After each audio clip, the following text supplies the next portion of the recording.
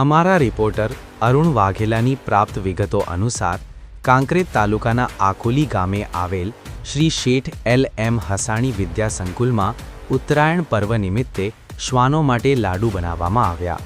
વર્ષ 2026ના ઉત્તરાયણ પર્વ નિમિત્તે શાળાના વિદ્યાર્થીઓ અને શિક્ષકો દ્વારા ફાળો એકત્ર કરી ગામમાં શ્વાનો માટે લાડુ બનાવીને પીરસવામાં આવ્યા, જેમાં શિક્ષકો અને વિદ્યાર્થીઓ હાજર રહ્યા અને તેઓએ રસોઈયા વિષ્ણુભાઈ પ્રજાપતિને સહયોગ આપ્યો, જેમાં શાળાના શિક્ષક ડૉક્ટર વખતસિંહ રાજપૂત અને આચાર્ય બી.કે. ખાંડેલવાલ અને અતુલભાઈ જોશી દ્વારા સુંદર રીતે આયોજન કરવામાં આવ્યું હતું અને તેમની આ માનવતાની ભાવના નિસ્વાર્થ ભાવે સાચી સેવા સાથે ઉત્તમ ઉદાહરણ પૂરું પાડ્યું હતું, જેમાં સર્વે શાળાના કર્મચારીઓ જોડાયા હતા.